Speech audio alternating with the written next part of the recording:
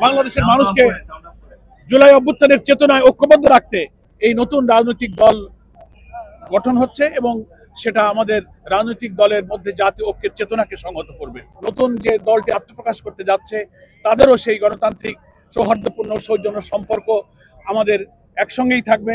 আমরা হাতে হাত মিলিয়ে আমাদের এই কোটি কোটি মানুষের আশা আকাঙ্ক্ষা গণ আকাঙ্ক্ষা পূরণের লক্ষ্যে একসাথে আমরা চলতে পারবো।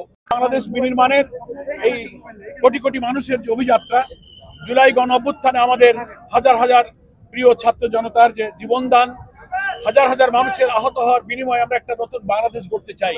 সেই ক্ষেত্রে বাংলাদেশের মানুষকে জুলাই অভ্যুত্থানের চেতনায় ঐক্যবদ্ধ রাখতে এই নতুন রাজনৈতিক দল গঠন হচ্ছে এবং সেটা আমাদের রাজনৈতিক দলের মধ্যে জাতীয় ঐক্যের চেতনাকে সংহত করবে। জামাত ইসলামের পক্ষ থেকে আমরা নতুন দলের আত্মপ্রকাশকে ইতিবাচক হিসাবে দেখছি। আমরা অভিনন্দন জানাই। আমরা আশা করি বিদ্যমান সকল রাজনৈতিক দলের সঙ্গে নতুন যে দলটি আত্মপ্রকাশ করতে যাচ্ছে তাদেরও সেই গণতান্ত্রিক সৌহার্দ্যপূর্ণ সৌজন্য সম্পর্ক আমাদের একসঙ্গেই থাকবে। আমরা হাতে হাত মিলিয়ে আমাদের এই কোটি কোটি মানুষের আশা আকাঙ্ক্ষা গণ আকাঙ্ক্ষা পূরণের লক্ষ্যে একসাথেই আমরা চলতে পারবো এবং আমরা এই মেধায় পরিপূর্ণ সন্ত্রাসমুক্ত ছাত্র নেতৃত্বের উপরে নির্ভরশীল যে রাজনৈতিক দল হতে যাচ্ছে, আমরা তাদের কাছে এটা আশা করি যে আমাদের স্বাধীনতা 53 বছরে রাজনীতির যে সুস্থ সংস্কৃতি গড়ে ওঠেনি, সেই সংস্কৃতি গড়ে তোলার ক্ষেত্রে এই দলও একটি গুরুত্বপূর্ণ অবদান।